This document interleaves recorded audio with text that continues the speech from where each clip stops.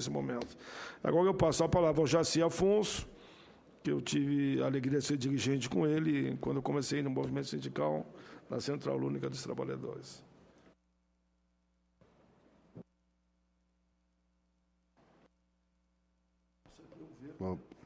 Bom dia a todos os presentes, o senador Paim, David, conselheiro eleito dos trabalhadores da Petrobras, Juliana, do Banco do Brasil, Moraes, que é da FUP.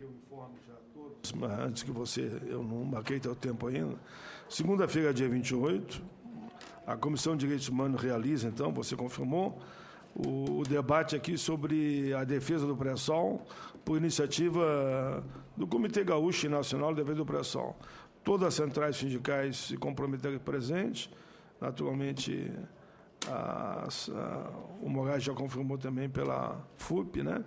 E a informação que chega que o senador José Serra, autor do projeto de lei, número 131 aqui na Casa, disse que fará de tudo para estar presente, para participar do debate. Isso é bom.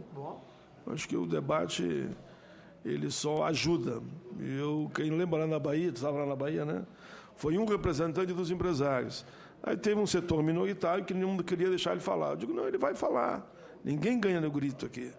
Nós falamos 20 contra a terceirização, ia falar um defendendo os empresários, depois ia falar mais 20 contra, mais ou menos. Nós que defendemos tanto a democracia, vamos deixar o cara falar. E o cara falou, né? A turma segurou e o cara falou lá e fez a defesa dele. Dei até o dobro do tempo que eu tinha dado para cada um, mas era natural, né? 20 contra, depois mais 20 contra, falaram 40 companheiros.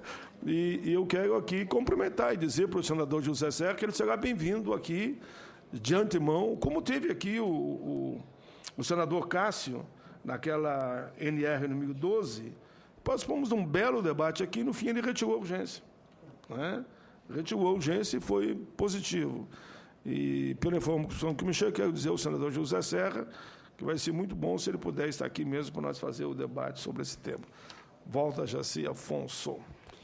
Então, Paim, queria parabenizar você por essa iniciativa, os companheiros que procuraram você na semana passada, os companheiros Jair Pedro, a companheira Rita Serrano, vários companheiros que tiveram aqui, e você prontamente sensibilizado e comprometido com os trabalhadores e a nação brasileira prontamente encaminhou essa audiência pública, assim como também naquele dia da... Vejam só, a CUT, os empresários lançam a agenda legislativa deles no Congresso Nacional, faz atividade. E a CUT, no dia que foi fazer a agenda legislativa, o presidente da Câmara proibiu a CUT de fazer um lançamento no salão lá do Congresso, e o país prontamente recebeu aqui na Comissão de Direitos Humanos e possibilitou que a CUT fizesse a apresentação dessa agenda da classe trabalhadora. Até deu certo, né? Não teve Câmara, teve TV Senado cobrindo todo o tempo. Então, eu queria aqui parabenizar também a presença do companheiro Donizete, que já saiu, do companheiro Vilmar, e da nossa senadora Regina, que é funcionária aposentada do Banco do Brasil, né, e que foi presidente dos sindicatos bancários e da CUT lá no Piauí, a primeira senadora da história do Piauí, e sempre trabalhou bastante na luta pela defesa não só do Banco do Brasil, mas das empresas públicas e estatais no Brasil. O que eu acredito que nós deveríamos fazer uma reflexão sobre esse projeto? Esse projeto, ele tenta, no momento de uma conjuntura complexa brasileira, diante de dificuldades econômicas que o Brasil passa e por uma crise política que o país passa, esse projeto tenta, de forma rápida, fazer um debate tão importante sem a participação profunda na análise das consequências desse projeto. Eu sou daqueles que acham que nós temos que aperfeiçoar as nossas estatais. Acho que é importante que nós façamos qual é o papel da estatal brasileira, qual é o compromisso dessas empresas. A nossa história do Brasil, ela se confunde também com a história das estatais. O Banco do Brasil é uma empresa bicentenária, a Caixa Econômica centenária. E esse país foi construído,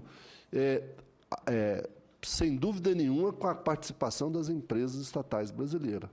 Esse país que é hoje, essa economia no mundo, foi fruto disso. O papel visionário que o Getúlio Vargas teve, por exemplo, sobre a CSN, né? Depois sobre a Petrobras, sobre a Rede Ferroviária Federal. Vocês já imaginaram, num debate hoje que nós discutimos sobre infraestrutura no Brasil, se nós tivéssemos a nossa Rede Ferroviária Federal, o sistema de ferrovias no Brasil funcionando, como é que seria completamente diferente o debate hoje? Então, o papel que as empresas do sistema de telecomunicações tiveram no país na década de 60 e 70, então, essas empresas foram importantes para a construção da nossa nação brasileira.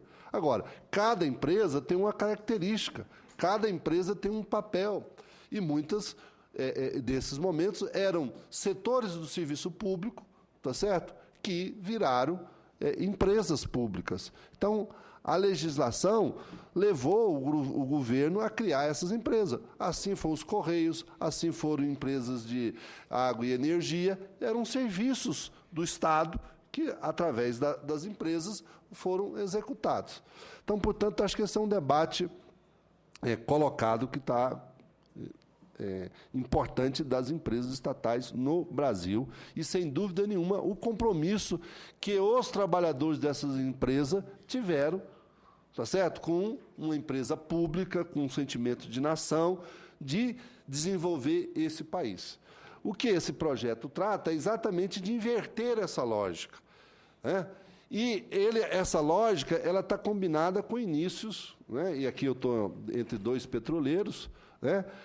Em 95, tá certo? O governo Fernando Henrique Cardoso tomou duas medidas. Primeiro, foi desratificar a Convenção 158 da OIT, que o Brasil é signatário, e que até hoje o Supremo não julgou essa inconstitucionalidade dessa medida, e atacou os acordos coletivos firmados pelo presidente Itamar Franco, e então ministro da Fazenda, com os petroleiros, e, portanto, enfrentou aquele debate. Então, ele mudou o conceito ao privatizar os setores estratégicos do Brasil, ao mudar e quebrar o monopólio estatal de petróleo, mas ele tomou duas outras medidas naquele momento. Primeiro, foi isentar da tributação a receita de dividendos das empresas. Então, portanto, a isenção da receita. E além de ter a remuneração dos juros sobre o capital próprio das empresas, que levou as empresas a pagar menos impostos. Então, hoje, e aí, portanto, um estudo agora de dois economistas do IPEA mostra que 71 mil brasileiros, né, detêm 23% da renda nacional. Isso baseada na Declaração de Imposto de Renda de 2013. E o estudo mostra que você vai crescendo a contribuição dos trabalhadores, tá certo? Do imposto de renda com a alíquota de 27,5%, até 10 salários mínimos. Depois, cai. Portanto, esses 70 mil brasileiros que recebem 160 salários mínimos por mês, paga 1,8% de imposto de renda. Por quê? Boa parte deles vem dos dividendos, que são isentos. Então, portanto, ele não paga absolutamente nada. E por que está essa discussão do PLS 55? É exatamente a combinação disto. Porque, ao momento em que eu abro as estatais, que eu tenho que botar as empresas como capital aberto, e que tem que estar... Desculpe atrapalhar, mas é o item 3 da pauta, esse que proíbe qualquer contribuição dos trabalhadores para as entidades. Eu teria que dar uma chegada lá na CAI. Se você puder subir aqui, eu vou até lá. E volto para cá em seguida. Hein? Você continua aqui, meu amigo. Então, esse projeto, ele mexe exatamente, combina com essas atitudes que vai acontecer com as empresas. Esse projeto trata de todas as empresas estatais, não é só federal, não. Trata das empresas estatais, estaduais e municipais. Então, portanto, Paim, era preciso chamar aqui as entidades que representam a Confederação de Municípios, essas empresas, porque mexe com os municípios. Então, acho que essas são empresas municipais. Eu não posso tratar, tá certo? Uma empresa de petróleo ou a empresa do sistema financeiro, em que você consegue mensurar a sua lucratividade com a empresa do qual o companheiro Vilmar Lacerda é funcionário, que é a Embrapa, que foi uma empresa estratégica no Brasil para o desenvolvimento do agronegócio no Brasil, da discussão de vários produtos que foram desenvolvidos. Como é que eu mensuro uma pesquisa sobre feijão, sobre bacriária, sobre todos os outros? Como é que eu vou abrir o capital da empresa, da Embrapa, e colocar 25% das ações deles no mercado? Não é possível. Outro exemplo. Nós estamos vivenciando no estado de São Paulo uma crise hídrica fortíssima. E boa parte dos problemas, além dos problemas climáticos, mas boa parte dos problemas da Sabesp em São Paulo é porque não houve investimento e a diretoria da empresa e o conselho de administração optou em distribuir lucros e não fazer investimentos na Sabesp, porque os interesses são um ataque especulativo. Ao você abrir o capital dessas empresas, é um conflito entre os acionistas do povo, ou o povo acionista, que é o governo, e o acionista rentista, que ficou muito conhecido, muito aqui na Argentina, os fundos abutres. Ou seja, você vai lá, faz uma especulação, decide aquilo ali, vai embora, fez a distribuição dos investimentos e dos lucros que estão colocados e depois vão embora e deixa a empresa em situação difícil. Então, nós precisamos tratar destes assuntos. Então, as empresas não podem ter uma vinculação, um objeto do mercado. Se tem, quais são os interesses dessas empresas? Essas empresas, e aí, portanto, nós vamos distinguir a empresa, os donos delas, que são o povo brasileiro, e os seus dirigentes. Os atuais dirigentes da maioria das empresas estatais brasileiras não têm isso como objetivo. A missão do Banco do Brasil, o banco que eu trabalho há 38 anos, que eu entrei em 77 por concurso, está lá, é ser um banco de mercado com espírito público. Então, você é levado, a Caixa Econômica ontem levou pela terceira vez os juros da Casa Própria do Brasil. Então, você é levado a comparar o lucro, tá certo, do mercado, dos outros bancos, né, e, portanto, você é levado a tomar medidas contra o povo, ao momento que eleva as taxas de juros. E foram essas empresas, é bom registrar, que na crise de 2008 e 2009, tá certo? O papel que o Banco do Brasil, que a Caixa Econômica e que o BNDES, enquanto bancos públicos, tiveram do crédito, ao contrário dos outros bancos que suspenderam os créditos, tiveram um papel fundamental na solução de transformar aquela tsunami numa morelinha no Brasil. Então, o papel que a Petrobras e as outras empresas tiveram de investimento, e se o senador Serra tivesse sido eleito em 2002 presidente da República, em 2008 não existiria Petrobras, não existiria Banco do Brasil, não existiria Caixa Econômica, porque eles já teriam liquidados as empresas estatais. Da mesma forma que esses bancos vieram no Brasil e compraram o antigo Bamerindos, e disseram que viria aqui no Brasil ensinar o povo brasileiro, os bancos, a emprestar crédito. Pois é, o HSBC está indo embora do Brasil, tá certo? Cheio de problemas do ponto de vista legal, de exploração e de utilização de capitais, e os trabalhadores do HSBC numa situação muito difícil. Então, esta é o papel que essas empresas estatais, essas dirigentes, são hoje boa parte das terceirizações. E, portanto, o que nós deveríamos estar discutindo aqui, qual é o compromisso e qual é os mecanismos que nós podemos cobrar das empresas estatais que hoje burlam a legislação e que são de empresas importantes e que sabotam essas empresas, tá certo?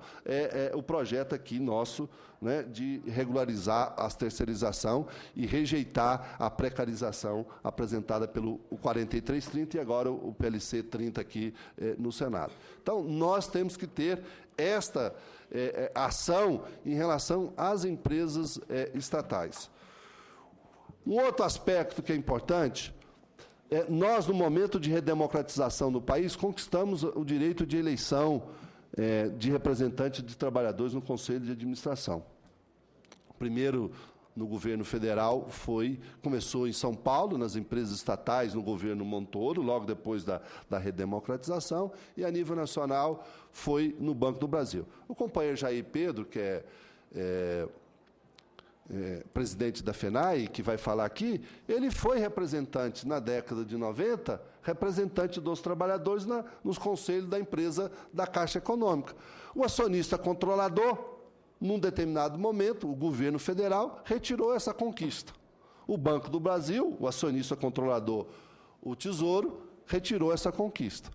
Nós lutamos, e eu fui designado, inclusive, pela Central Única dos Trabalhadores, para que a gente buscasse uma representação, uma legislação perene e permanente sobre a representação de trabalhadores nos conselhos de administração. A lei que nós conseguimos aprovar em final de 2010 aqui, não é a lei que nós desejávamos, porque ela tem determinadas restrições, tá certo? Do papel do conselheiro. E nós, inclusive com a senadora Fátima Bezerra, que era deputada, estamos discutindo ampliação das atribuições desses conselheiros. O que o projeto faz aqui é liquidar com isso, é acabar com a participação dos trabalhadores nos conselhos de administração, ou seja, os funcionários não terão mais representação, porque essas pessoas que vão ser enquadradas nesse projeto, digo para vocês, eles podem ser funcionário, pode ter um cargo, né, no concurso que passou nessas empresas estatais. Mas ele não defende a empresa e não defende os trabalhadores e não defende a sociedade brasileira. Ele está ali exatamente para tratar dos interesses dos rentistas. Então, portanto, nós não podemos concordar com essa restrição que temos. Além do mais, as empresas estatais, ela tem controle, tem órgãos de controle, inclusive o Tribunal de Contas. Os gestores respondem pelos atos que estão colocados. Então, nós queremos que esse projeto seja debatido, o conteúdo dele nós temos discordância e nós precisamos construir uma unidade dos trabalhadores. Essa direita conservadora no Brasil, e em função dessas dificuldades, estão querendo fazer, tá certo, uma restrição dos direitos dos trabalhadores e impedir as eleições, seja as eleições ocorridas gerais, com a eleição de presidente da República, de governadores e de prefeitos, tentar impedir esses eleitos de governares, porque esse tipo de lei simplesmente liquida o papel das empresas. Ou seja, é você colocar a raposa para tomar conta do galinheiro do ponto de vista dessas empresas. Essas empresas só vão gerar lucros, tá certo? Expropriar o conjunto da nação brasileira, distribuir os dividendos e esses rentistas não pagar um centavo de imposto de renda. Então, portanto, nós queremos reverter isso, corrigir o ajuste fiscal. O ajuste fiscal não pode ser feito em cima dos trabalhadores, tem que ser feito em cima dos ricos desse país, com a taxação das grandes fortunas, com a suspensão da isenção de distribuição do imposto de renda nos dividendos. Nós temos que tratar desses assuntos, e não o inverso. Agora, isso está combinado. E, portanto, esse projeto acaba e aí, senadora Regina, nós precisamos, primeiro, suspender o regime de urgência. Depois, nós precisamos ter uma participação de todos os partidos, porque esse assunto está se concentrado no interesse de alguns partidos aqui na casa, nos mecanismos aqui que eu não sei como que funciona, que a gente precisa ampliar e a participação de todos os senadores nessa casa. E, portanto, para os companheiros que estão aqui, inclusive do Sindicato dos Bancários de Brasília, do qual eu fui presidente e sou da nossa base, tem vários diretores aqui presentes, parabenizar pela essa participação. Agora, e os demais conselheiros que estão aqui, entidades, nós precisamos construir uma unidade de ação sobre esse projeto. porque tudo isso aqui vai liquidar toda a nossa história das empresas públicas e estatais no Brasil, completamente mudada por um simples projeto que parece inofensivo, submarino, que ninguém percebe, indolor, mas que vai destruir as empresas nacionais no Brasil. Se destruir essas empresas, vai estar destruindo a nação brasileira. Então, por isso, nós queremos a suspensão do regime, queremos suspender, né, essa urgência desse projeto e debater, chamar os prefeitos, os governadores, chamar os trabalhadores, chamar as experiências, chamar a sociedade, chamar os defensores do Deus mercado, tá certo? E nós queremos discutir aqui com eles, e não de forma atravessada e urgente, como querem fazer aqui a toque de caixa no Congresso Nacional, que é a Casa do Povo. Muito obrigado.